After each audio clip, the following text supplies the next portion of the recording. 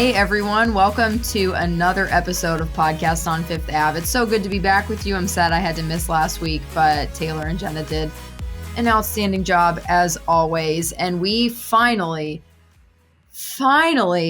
have made it to the All-Star break. I think that this past week of games alone has really proven that the Penguins need some time off. And it's not concerning. It's just they're tired. They look really tired because they've lost their last 4 games. They've gotten 3 points out of those 4 games, which is great. And the fact that they have been able to do so much with all of these losses really is a positive. But they were looking really winded down the stretch. So looking at this last week and a half, week or so of games, they lost all of them on home ice. Not ideal, but they were able to pick up 3 points in this go of games, which isn't terrible considering everything that they've been up against. And there are a ton of different things that we can talk about. So Taylor, what are some positives despite the fact that the Penguins have just dropped 4 in a row? Yeah, I mean, really, you can't look at any of these. You can't look at any of these losses and really say that in pulling up stats. Sorry. You're like, what's that music? Just Jenna pulling up stats. Please don't mind. We're fine. Everything's great. But anyway, lost my train of thought. You can't look at any of these losses and say, any of them are really like a bad game. And a lot of them, there are different, elements to look at. I mean, probably that first period they played against the Capitals was that Tuesday might have been their best period they've played, all season, but they came out of it tied 2-2. So I would give it up to Shorty, not ideal. But other than that, just like, the dominance and possession and everything, they've had a lot of moments like that. But I mean, I think the biggest thing to take away through this stretch is just the power play. It's been on an unreal run, and it started, if you look back at, this run, it started back on January 11th, which is when Malkin came back. Since then, they've been operating at a 33.3% success rate. So 1 in 3. They're scoring. That's 12 games. I don't see any power play. It's just like right above a goal a game, 13 and 12, I think it is. So it's just an unreal run. And you talk about, they just talk about how they're being more aggressive, but then they're also being less high risk. Really, again, like, these are the only games that we've seen as like a full 5-man unit of, Guentzel, Rust, Crosby, Malkin, and Letang. And it's the boost that, Malkin's return had on the power play. It's just hard to put into words. It's been impressive to watch for sure, because what was it this season or last season that they were on like an unreal stretch without a goal on the power play? It was like, 20 some game or 20. I can't even remember the number. It was just so surreal that it was like, oh, there they go. Another power play. And they failed to convert, and their penalty kill was great, but they just were struggling on the man advantage. And even watching them last night, they ended up losing, but when their power play locked in, oh my God, it was like poetry in motion, the way that they were moving the puck. And it was just like, every single time you knew, oh, okay, it's coming. Something's going to happen. And, the pass would set it up. It's just beautiful, beautiful stuff. And you love to see it. Jenna, what do you think that it's mostly Malkin's presence on the power play, or do you think that they've kind of just cracked the code in general? What's going on? Yeah, I think it's probably kind of a combination of the two, because obviously when you bring a guy like Evgeny Malkin back and his firepower and his scoring ability, and he's contributing in the ways too. He's finding the back of the net. I mean, his shot is so lethal. We know what he brings with that. And then I think it is kind of too, almost that sense of like comfortability, like, okay, this is what it's supposed to be. This is what it's supposed to look like. We have all of our guys. We're all clicking. We're all kind of firing on all cylinders. Yeah.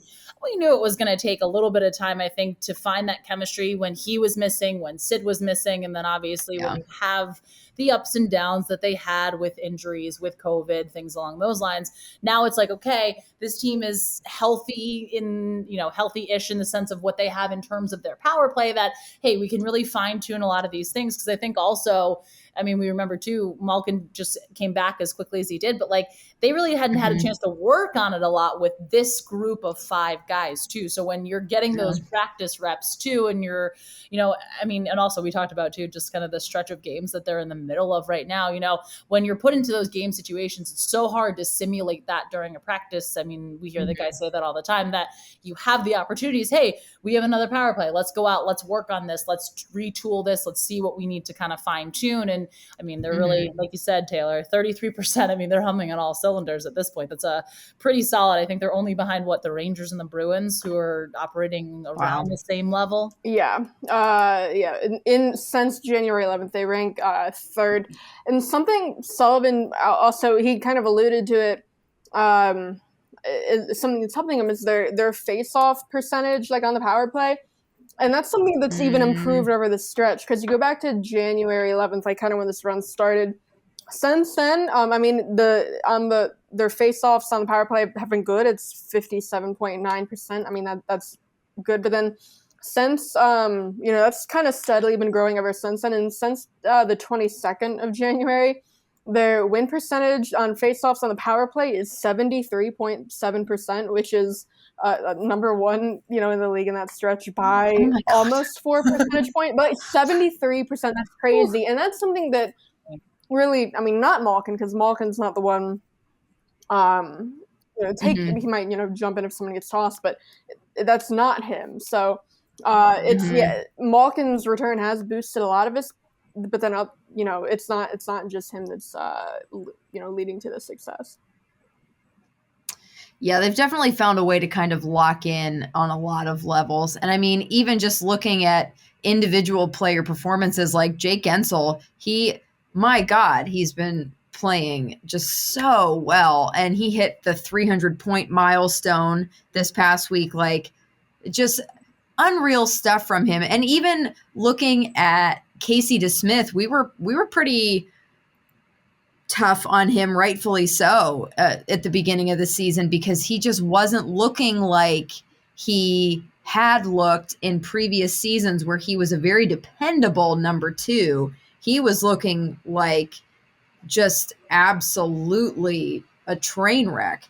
And for him to come out and play the way that he did in his last start, like he was the reason that the Penguins were able to make it to overtime and get that point at all. Like he looked really good, and it's definitely worth noting that these guys of this caliber and of this importance are starting to, I mean, not just Jake Guentzel's always had his game, but Casey DeSmith is starting to hopefully find his game, maybe? I don't know. Is that what's happening?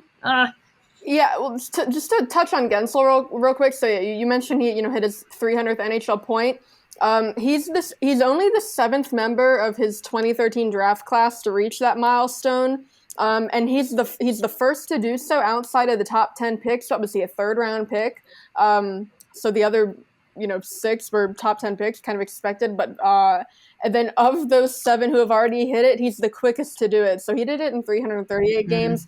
He beat Nathan McKinnon, Barkov, Monahan, Horvat, Lindholm, Seth Jones, these big names. Of course, some of those guys came to the league a bit earlier. Nathan McKinnon when he was playing as an 18-year-old. But for Guentzel to, and just an unknown one, but like you said, kind of expected. But yeah, Casey DeSmith. It was funny. So it was the episode that you missed last week, but, Jen and I were talking about it, and I was like, well, he got new pads, so I'm sure that'll fix it. But, but then Casey talks. It might have. Yeah. Casey talks after that game, and he, of course, he's incredible. 30 saves on 32 shots against the Red Wings, and like the second question I asked him in the press conference, and I was like, you broke out new pads 3 games ago, and he was backing up, and I was like, is there a reason for that? Or, like, is it like a look good, feel good, play good type thing? And he was like, actually, kind of. He's like, after the Columbus game, just he got yanked in Columbus after the first period. He's like, I just needed to get out of those pads. They had bad juju. And, so those are mostly gold. These new ones are white with gold on the sides. And he said the white he thinks looks bigger. And the new pads kind of make him feel bigger. So the new pads, we were kidding about it, but apparently it is helping him. But yeah, just, again, that's the only game he's played since then. So I don't know if, it's that if you look at his whole body of work, he had a whole lot more bad games and good games. So I don't know if he can just have that one great performance against Detroit. You can say, okay, the backup goalie problem is solved, but it's just a great, step for him, something he can build on at least moving forward. Here on Absolutely. Fifth Avenue, we see the future. We predict the future. What is it? We put things out in the world. We manifest things. There we go. Yes, of course we do. Yep. We do. So. Oh, go ahead. No, you go ahead. What are we going to do? Go ahead. Can we just talk about, too, the save on Dylan Larkin in overtime? I can't stop watching it. I can't stop watching that. Unreal. Yeah, and that's unreal. You go back to when he was having, this kind of bad stretch, and even routine saves he would look shaky on, but then you see Dylan Larkin flying up a 2-on-1 in overtime, and the defenseman that's back is Malkin, who, if any of the players you're going to have out there in 3-on-3, the one guy playing D on a 2-on-1, dude, you would not want, it's probably Malkin. But yeah, Larkin, he gets the 2-on-1, he shoots in. Casey just gloves it down, the save of the game.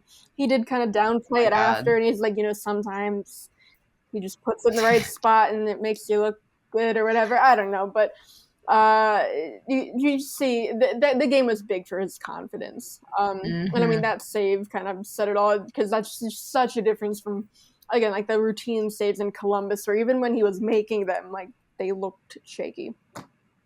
Yeah. Right. He looked totally unflappable. And like you said, is this the answer to the backup goalie solution problem? We don't know. But it is a step in the right direction, and the Penguins have a lot of things that they're going to have to figure out going into this offseason, going into the trade deadline. And if they can find the answer in Casey DeSmith, who's already on the roster, that would be amazing. Why don't we take a quick break, and we will be right back.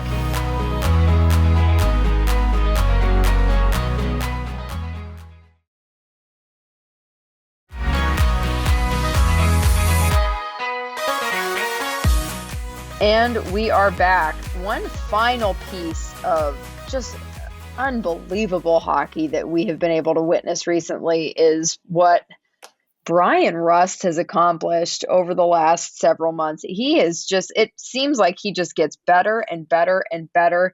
And he's a forward who's approaching 30, but he's playing the best hockey that we've ever seen him play. And he is I would say he's on this current point, he's on the same level as guys like Sid and Jake carrying this team. He's one of the only guys currently who is scoring, and he's just been doing unbelievable stuff this season. So Jenna, what do you attribute that to? Like, what has this meant for this hockey team to have a guy like Bryan Rust performing the way that he is?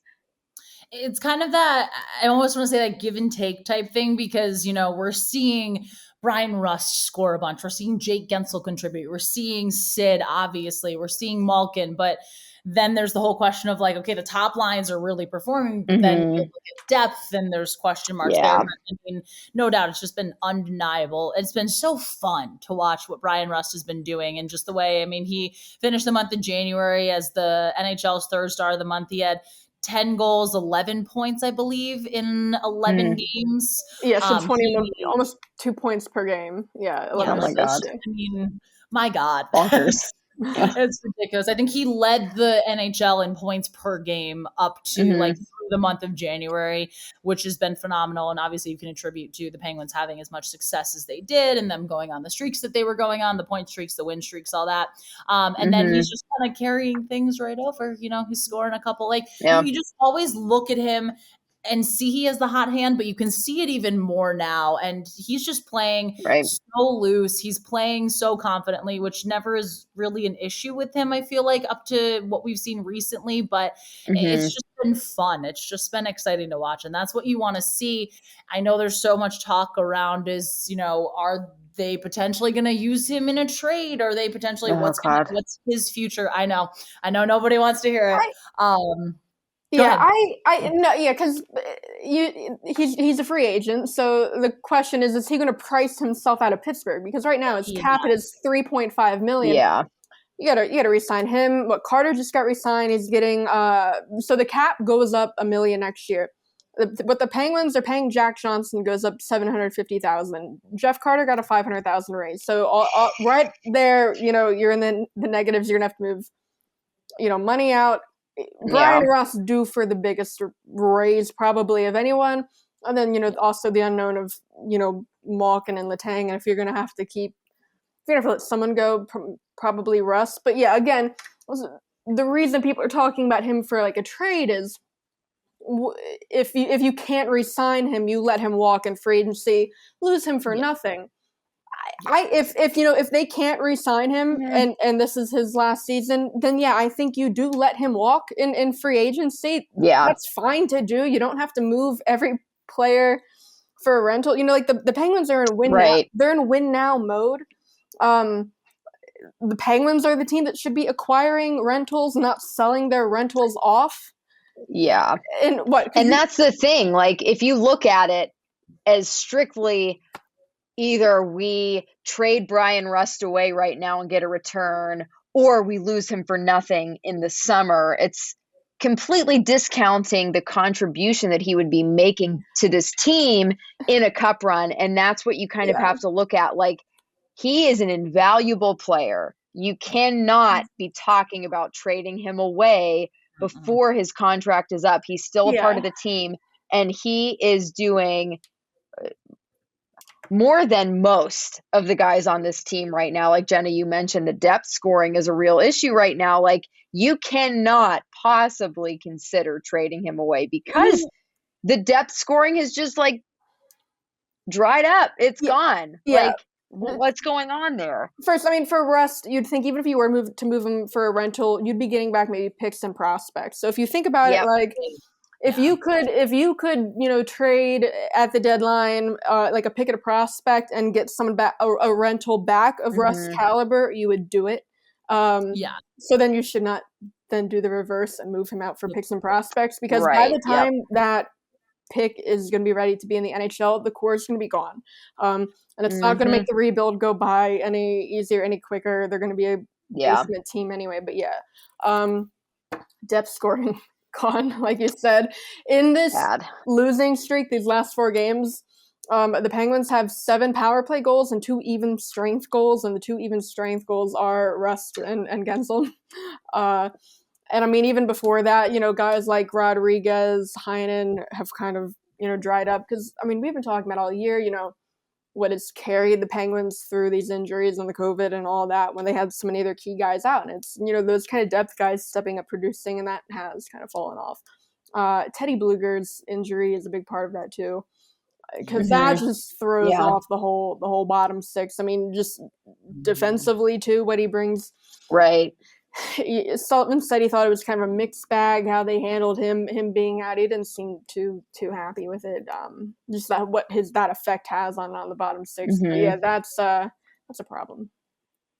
Yeah, and then there's kind of the question too with like who fits with Malkin, because I feel like we're seeing so many combinations. I do, and I've been talking with a couple people about this, but I do really like Rodriguez and Malkin together, and then whoever you have on the other side. But those two seem to, Rodriguez creates for Malkin in a way that I don't think a lot of other guys on the team do. Not necessarily knocking some of those other players, but I think like almost it kind of reminds me a little bit in Buffalo of what Rodriguez would do for Jack Eichel, where it's like, hey, he has those puck skills to get in the zone and say, hey, I'll set you up in this way, knowing that they can play a little bit more of that high risk style that Malkin brings to that line. But I mean, again, with Teddy Bluger being out for as long as he is, which feels long or not too long, depending on how you're looking at it. But it really is kind of shaking things up, and you can feel the inconsistency a little bit.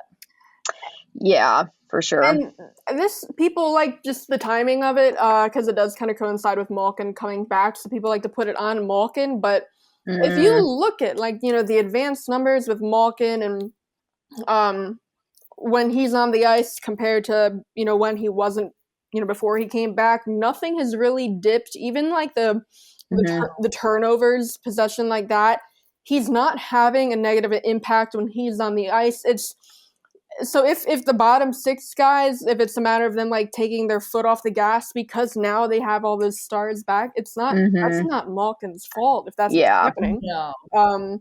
So I don't know. It does coincide with that. So you have to look at, is that what's happening? But it's not something where Malkin himself is having a negative impact when he's on the ice. Oh, absolutely not. And I think that he's such a unique player that it does require a certain level of chemistry to play alongside him. He's just so different. And it's not his fault that things are happening the way that they are. It's just we're, halfway through the season, he came back in January and the team kind of established a certain level of play and chemistry. And because he is so good, him coming back to the lineup, it shakes things up. And he, like, last season, there was sort of some level of chemistry between him and Kasperi Kapanen that was kind of there, kind of not. You were curious about it. But even that now, like, it totally changes the way that the lines look. And, missing Teddy Bluger hurts a lot. But whenever you do get accustomed to seeing certain things, like, okay, Evgeny Malkin and Kasperi Kapanen, they're kind of developing something, they're working with something, and then Malkin comes back and Kasperi Kapanen has basically been a non-factor, a dud all season. Like, that's not on Malkin, but it's like, who do you put on his line with him? But you like, and what do you do with Kapanen needs exactly. What do you do with Kapanen? Because there were really, good stretches of him and Malkin, just the passing plays they were making last season, and you're hoping that would come back when Malkin would come back, and we just haven't seen it. And so you're not getting the production from him when he's on Malkin's line, and he really is not a guy that should be like on the fourth line. So then what do you do? People want to trade him, but like his trade value right now has never been lower. So I don't know what you're expecting to get back from him. It's just tough. He just needs to get it together. I mean, that's the answer. I don't know if we'd get to a point where he'd be healthy scratched for someone who could contribute, who would actually fit that bottom six role and kind of would be able to play that role and then also contribute offensively. There are a couple of options in Wilkes-Barre who I think could, step in and add some offense. I don't think St. Paul and Nathan Legray quite yet. So they were a healthy scratch not that long ago. Honestly, if you would have asked me like before they were healthy scratched, they looked like they were both kind of leaning towards like bust category. Obviously very early in their career. It's too early to call them a bust. Yeah. It's like you're really not seeing anything, but both of them, since they were healthy scratched, honestly, the most encouraging they've looked all year. Again, this kind of run, you just want to see that more consistently. So I wouldn't call them up yet. But the two, if you're looking at offense, Alex Nylander, he's been unreal. 6 goals, 5 assists in 13 games.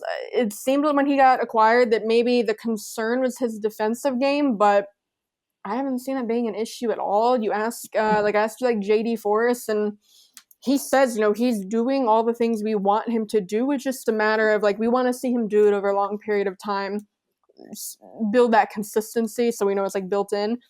This isn't like a situation like Daniel Sprong. When they bring in Daniel Sprong was down in Wilkes-Barre. he had a bad 200-foot game. He didn't want to get better defensively. I mean, he would talk about, you'd ask him about it, and he's like, I'm never going to be the 200-foot player that everyone wants. Like, that's a real quote he said one time. This is not a Daniel Sprong type situation. Like, Nylander sees the value, and he's working on it. He's actually doing it well. And then the other one, Valtteri Puustinen. I mean, he was a 7th-round pick in 2019, 5'9", a little Finnish kid, but he's been Wilkes-Barre's best forward all season. And, Wilkes-Barre's produced a lot of, bottom 6 type players who have, seen NHL time, like Angelo, Lafferty, Bjorkquist. But they haven't really produced like a real like top 6 forward, maybe since Jake Guentzel. Valtteri Puustinen is the closest thing they've had to Guentzel since Guentzel. And just because he is, he offense first, that doesn't mean he's weak defensively. He's actually very good defensively. And those European players coming over, sometimes adjusting to the North American game, their defensive game is a concern. And, like I asked, JD Forrest about it recently, and it was like he was almost puzzled why I was asking, like, about his defensive game. He was like, I don't know if he ever had a rap for that, but, I haven't seen that here at all. So he's responsible. He makes good decisions with the puck. He's even gotten faster since he's been over here, and he's been their best forward all season. So I'd like to see him get a shot, and he's even learning English now. There's a lot of Finns now. He came over not speaking like really a word of English, like very minimal. He's still not good enough for us to like interview him. But I mean, he's had like 4 or 5 other Finns with him all season. And JD Forrest, he told me that the other Finns, if Puustinen speaks to them in Finnish, they make him talk to him in English. So, he's getting more comfortable, on and off the ice. And you ask anyone about him down there, and they automatically would smile, laugh, and they talk about, like, he's taken on, like, the reputation of, like, a jokester. Like, even, like, now that he's getting more comfortable off the ice and, like, comfortable with his English enough to use it, he's, like, the class clown, and everyone loves him. So I'd like to see him get a shot up here, even though we wouldn't be able to interview him probably. Kapanen could be his translator, and then there you go. He has a purpose. All the problems are solved. We did it. Yeah. Yeah.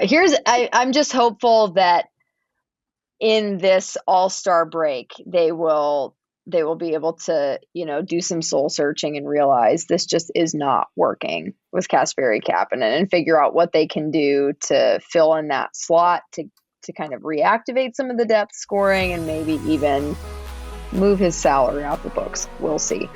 Why don't we take another break, and we will be right back.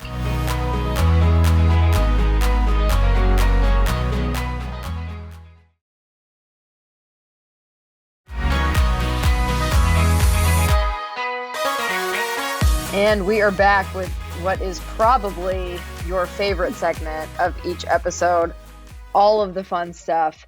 So quite a few things have happened over the past week or two. Jeff Carter, big Jeff Carter, he's getting his Welch's fruit snacks. And I once again feel the need to state how much of that is due to us. Like, I feel like we're responsible for that. We really made that happen, and Jeff, you're welcome. Welch's, you're welcome. Just for the people that don't remember, it was the opening road trip of the season. They're going to Florida. The Penguins, they posted the pictures of him at the airport, and Jeff's getting on the plane, and he's holding a grocery bag, and it's like a big bag of fruit snacks in there. Yeah. And like I had screenshotted it and like tweeted it, and we're like, how many fruit snacks is this man eating?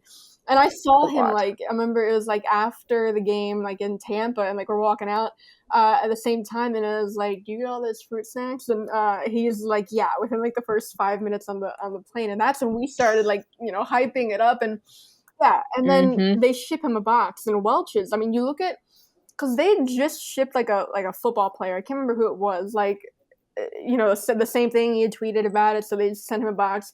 They got very minimal engagement on that, but then they do it for Jeff Carter, and they're getting like 2,000 retweets. And like Jeff Carter, he retweeted with like the GIF of like the fruit snacks like pouring on his face. So, and then he resigns the extension, and they tweeted him unprovoked, like, congrats on the extension. Mhm. You're going to have another box of fruit snacks coming your way.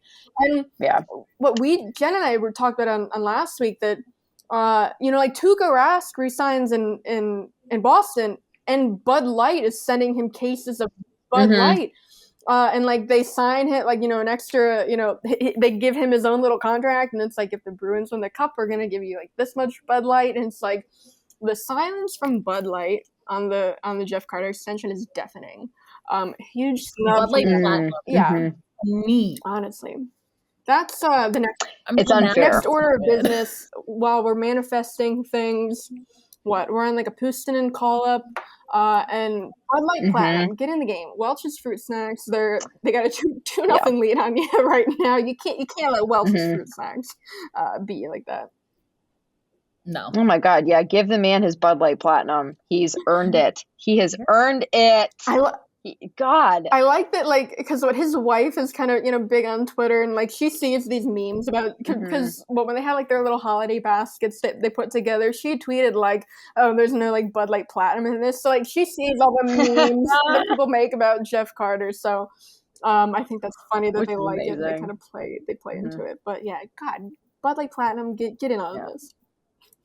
Oh my God, seriously, get in the game. And it's so fun to watch the families, like the wives of these players on social media, because like, Taylor, you've been sending us stuff from Evgeny Malkin's wife, of their son Nikita, all week, and like, he is just adorable. Oh my God, he is so precious. And we've been reminiscing even from like years ago, pre-pandemic, of Alex Letang at the All-Star game. Like, these Penguins children are so adorable. I don't even know what to do with it. They are just like so invested in this game and what's going on. Not because the video that you sent that Malkin's wife posted on Instagram, like, that was of their son cheering for Sid right before he scored. Yeah. So it's like they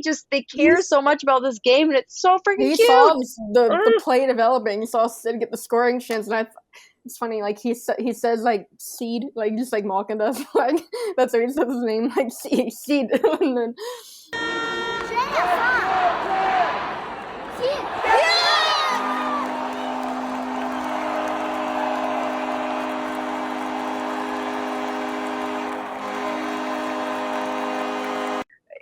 Alex Letang, I mean, that was the highlight of the All-Star game in St. Louis 2 years ago. I mean, because, like, Letang, he had his little media availability at the pod, and he had Alex on his lap, and, we're asking Letang questions to start, but then Alex just kind of starts answering. And then so then it just kind of turns into, like, an Alex Letang press conference. He answers a couple questions, and then he tells, I remember he whispered to, like, Chris, he's like, you can talk now.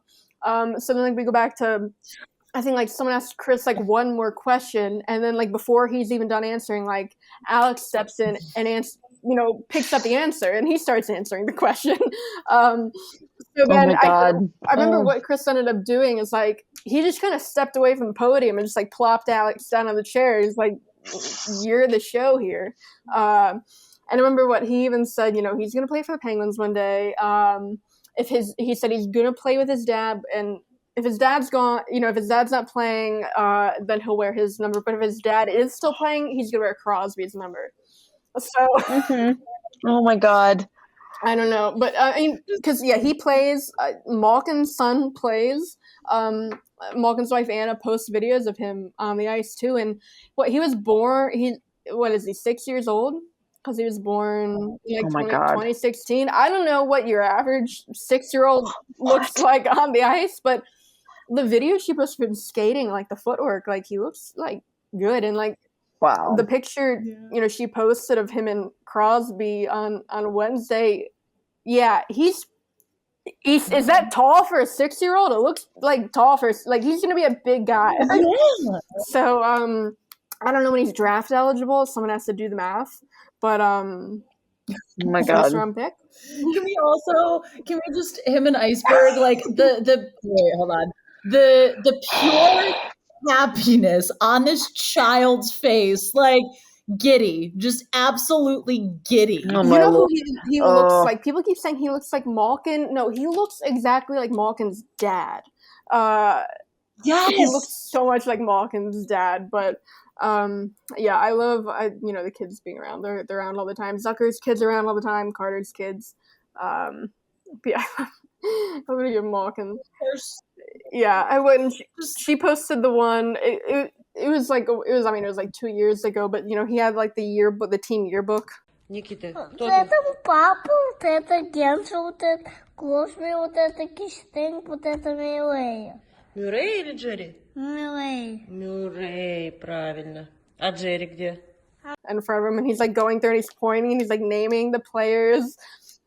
He's like Chris Letang. He had like turned because he would have been 4 by then. He said like Kistang, like Oh my he God. made it one word, but it was like Papa Crosby Guentzel. I don't know. Yeah. So I cute. loved his Crosby when he rolled his R. He was like Crosby. It was beautiful. I'm like, you are magical.